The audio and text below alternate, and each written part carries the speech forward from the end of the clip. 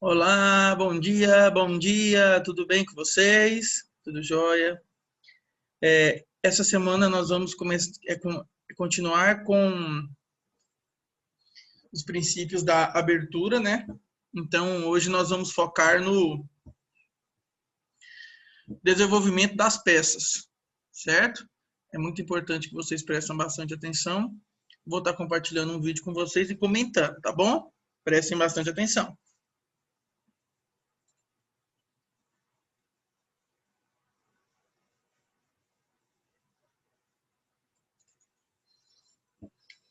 Vamos lá, pessoal. Prestem atenção, por favor.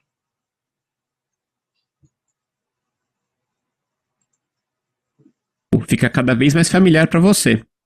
Mas quão frequente que pensamos no tabuleiro sem peças?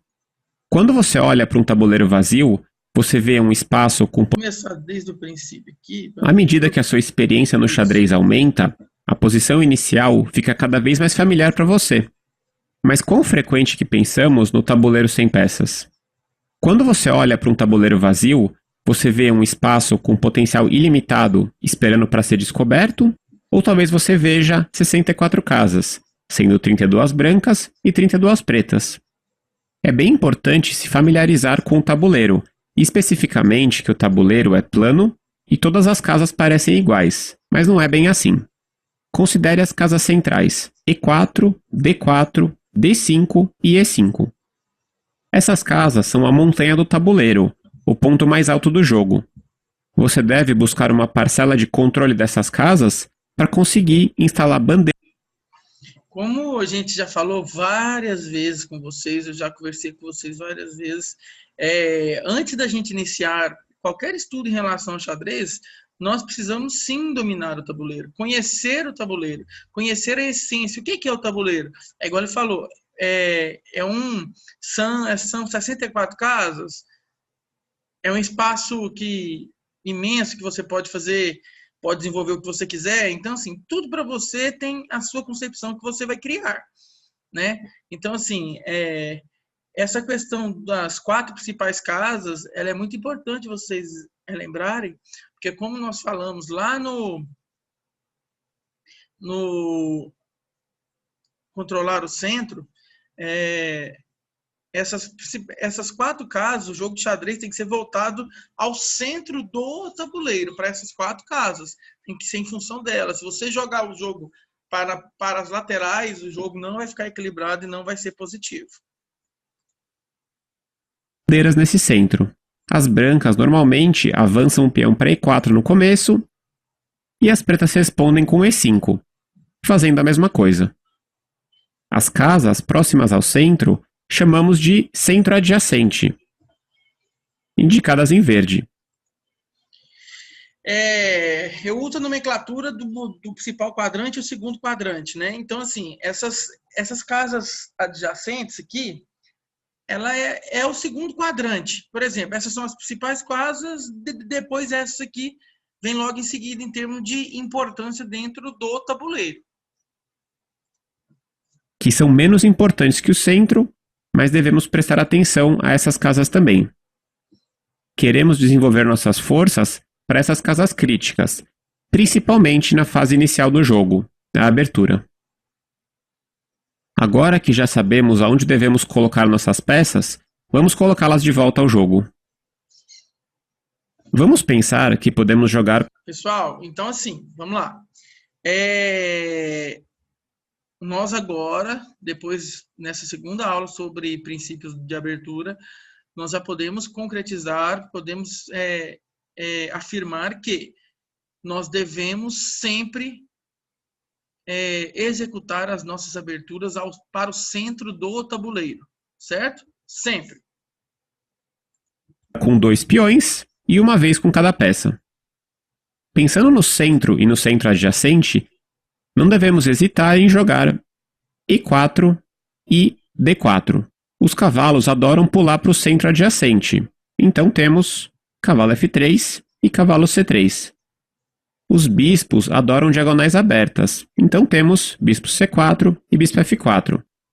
Repare o número de casas que esses bispos controlam juntos. Olha aqui, pessoal. Ao tanto que uma, uma abertura equilibrada, uma abertura segura, uma abertura que segue todos os princípios, as peças ficam mais poderosas. Ao tanto que ao poder de desenvolvimento dessas peças. Olha aqui para você ver, jogou os 2 peões, liberando os 2 bispos, automaticamente jogou os 2 cavalos. Aqui, todas essas casas aqui, ó, tá dominado, certo? Então, assim, tá muito poderosa essa abertura das brancas. Fazer o roque é muito importante para o desenvolvimento. Vamos considerar esse como o lance do rei. Pessoal, eu sei que vocês ainda não aprenderam o roque pequeno e o roque grande, certo? Então, assim, a gente vai estar estudando esses princípios, a gente não vai entrar ainda nos movimentos extraordinários, tá? Mas, posteriormente, eu vou estar falando com vocês. Então, aprendam que eu vou estar explicando, só observe que esse é o roque pequeno, é um movimento de defesa do xadrez, certo? Um movimento extraordinário. O rei agora tem 3 peões para colaborar na defesa. E podemos trazer a torre para o centro, com o lance torre 1, por exemplo. Agora só falta usar a dama e a torre de A1. Podemos colocar a dama em E2 ou em D2. Vamos escolher dama D2. Agora as torres brancas estão conectadas e a dama apoia o bispo de F4. Para finalizar, jogamos torre de AD1, colocando a última peça em jogo em uma coluna central. Repare que os peões e as peças menores estão no centro ou centro adjacente, e a dama e as torres estão em colunas centrais. Pessoal, isso aqui é muito importante. Então, assim, o que vocês têm que perceber? Então, aqui nós já encerramos a questão do desenvolvimento das peças. Olha aqui, o centro principal e o centro adjacente, certo? As casas adjacentes. Todas elas têm peças. E a rainha e as 2 torres estão nas 2 principais colunas do centro. Então, assim, tá muito positivo essa abertura. Tá muito legal, tá muito equilibrada, tá bem forte. Apoiando os peões e as peças menores. Claro que isso é apenas um cenário dos sonhos, o que nosso adversário não irá nos permitir. O que será que acontece quando os 2 jogadores tentam seguir essa estratégia? É isso que eu ia falar para vocês. Ah, professor, mas às vezes, assim, é impossível você conseguir fazer uma abertura dessa. Completinha assim. Por quê? O seu adversário ele vai ter que se movimentar também. Com isso, vai atrapalhar bastante a questão do seu desenvolvimento. Certo? Então, assim, você além de desenvolver as peças, você tem que tomar cuidado com o ataque do seu adversário. Certo? Agora a gente vai ver os dois mexendo. Ativando suas peças e controlando o centro. Vejamos. Essa é uma posição típica de abertura, e repare no equilíbrio das forças. Os 2 lados têm peões no centro. Já esconderam seus reis com o roque, e os bispos e cavalos estão controlando casas no centro. Pensando nisso, vamos ver exemplos de desenvolvimento. Quão importante que é desenvolver peças para casas seguras? Quando um lado segue essas regras e o outro ignora, veremos logo essa resposta. Após E4, por parte das brancas, E5, cavalo F3, as brancas desenvolvem o cavalo e atacam o peão de E5. A resposta natural das pretas é cavalo C6, desenvolvendo uma peça para o centro e defendendo o peão de E5. Ao invés disso, as pretas jogam D6. Será que esse lance é ruim? Depende em qual bispo você está pensando. O bispo de C8 está aberto agora, mas o bispo de F8 não está exatamente feliz por estar fechado. Olha, essa defesa das negras, jogando esse peão preto aí em D6, ela é interessante porque ela libera o bispo preto da casa branca para vir aqui cravar o cavalo. E não pode sair porque senão cai a rainha, né? Mas automaticamente ela crava esse bispo. Então, não é muito legal não, entendeu? Tinha outros lances melhor ter desenvolvido o cavalo. Pelo seu peão de D6 e não pode ir para C5. O bispo de F8 estará em uma posição mais passiva que o normal. As brancas seguem com o lance natural e ativo, desenvolvendo uma peça, com o bispo C4, apontando diretamente ao ponto fraco de F7 das pretas. As pretas agora resolvem desenvolver o cavalo de B8. Qual a melhor casa para essa peça? No caso de cavalo A6, lembramos da frase cavalo no canto só traz desencanto, já que ele fica fora de jogo e controla essa frase, cavalo no canto só traz desencanto. Lembra disso. Sempre desenvolva o seu cavalo para o centro. apenas 4 casas, nenhuma delas no centro. Vamos comparar cavalo A6 com cavalo C6, desenvolvendo o cavalo para o centro adjacente, que é a melhor casa. Daqui o cavalo controla as casas E5 e D4, casas centrais importantes, e ataca um total de 8 casas, o dobro que o cavalo em A6. Mas as pretas escolhem ainda outro lance, cavalo D7, protegendo apenas a casa central E5. Então o cavalo está menos ativo e bispo de C8 limitado. As brancas seguem o desenvolvimento com cavalos. Olha aqui, pessoal, olha o tanto que esse lance não foi positivo.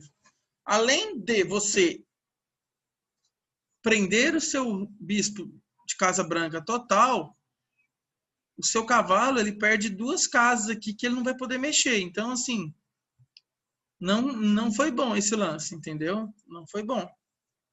C3. E de novo, as pretas fazem um lance passivo e um erro, cavalo E7. Ao invés de irem para o centro, as peças pretas estão presas e os bispos estão limitados, bloqueados em C8 e F8. Ou seja, os cavalos pretos têm que sair para liberar o desenvolvimento. As brancas punem imediatamente o desenvolvimento das pretas. Pessoal, olha aqui para você ver. Olha o tanto que quando você segue os princípios, você segue as regras certinho, a sua abertura fica mais equilibrada. Olha aqui, as pretas desenvolveu os 2 peões aqui, beleza, mas só que elas desenvolveram o cavalo para o lado errado.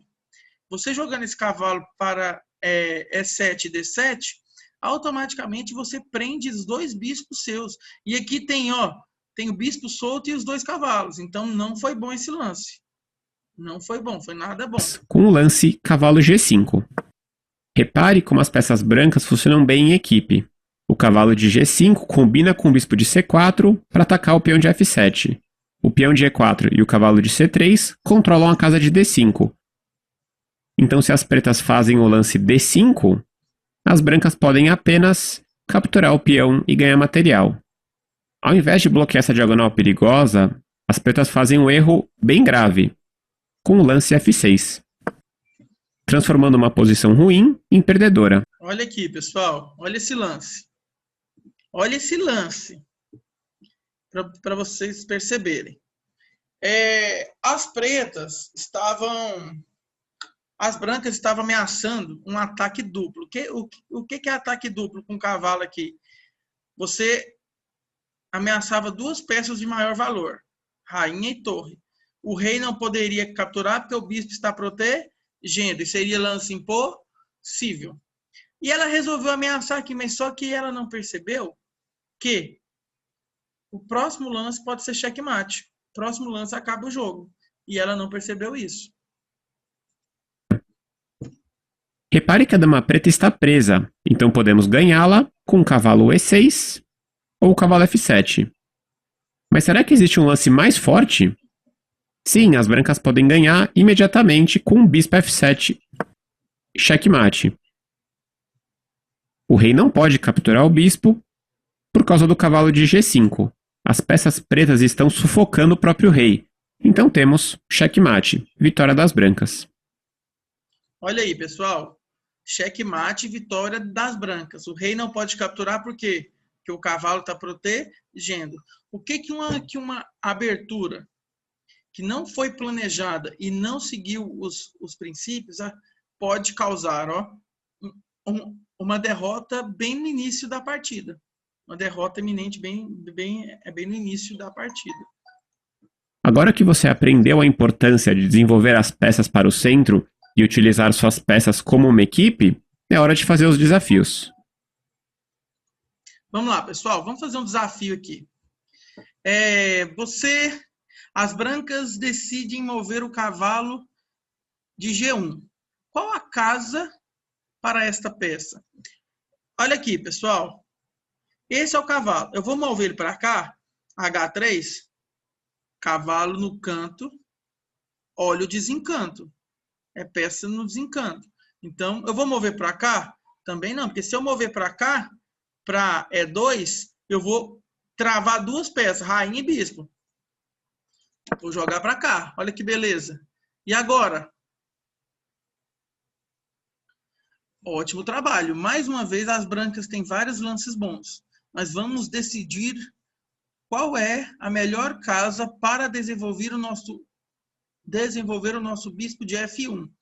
Lembra que o checkmate que a gente mostrou agora no vídeo não foi aqui nessa casa F7? Então, eu vou jogar esse bispo para ameaçar essa casa. Ótimo lance, viu? Ficou um ataque bem forte aqui. Ficou duas peças, essa peça ficou bem... Essa peça F7 é uma peça frágil, que só tem a defesa do rei. Certo? Próximo lance. Você está de negras. As brancas estão ameaçando capturar o nosso cavalo. Capturar o peão de E5. Como as negras podem desenvolver uma peça em direção ao centro para proteger esse peão? Pessoal, nós temos a possibilidade de mover o cavalo, que é o melhor lance, certo? É mover o cavalo. E agora, como que a gente defende aqui? Você pode jogar aqui? Errado. Errado. Se você jogar aqui, você vai perder. Ele vai capturar, vai continuar do mesmo jeito. E agora, como que é que você vai defender isso? Vamos pensar juntos? Qual lance?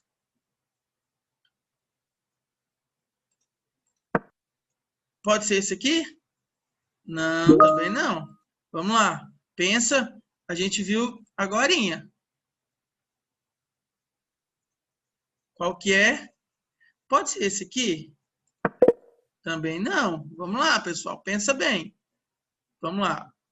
Esse peão ele está protegido, certo? Esse peão está protegido. Você tem que fazer... Esse cavalo é um bom lance? Não, porque ele vai... agora é o seguinte. Presta atenção. Não é que ele seja um lance ruim. Mas o que acontece? Você jogar aqui, não foi esse lance o esperado. Então vamos pensar. Olha aqui. Essa é uma defesa popular para as negras, embora seja muito perigosa jogar cavalo F6. Aquele que a gente... Certo? Pois você deve saber exatamente como defender melhor a ameaça das brancas no peão F7. Vamos nos concentrar no desenvolvimento do nosso bispo de casas escuras. Certo? Então vamos lá, pessoal. Onde que a gente deve mexer esse bispo? Então é aqui, esse aqui. Aonde que você acha que ele deve mexer? Aqui? É um bom lance?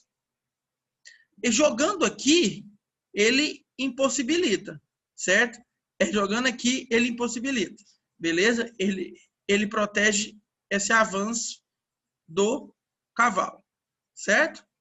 Pessoal, é isso. Deixa eu descompartilhar com vocês aqui. Hoje nós trabalhamos o segundo princípio da abertura, né? Que é o desenvolvimento das peças. É muito importante, certo? Que vocês concentrem nisso, vocês assistam. E durante o nosso momento AVE, nós vamos trabalhar em cima desse conteúdo também, tá? Beijão para vocês, fiquem com Deus, tchau, tchau, estou com saudade.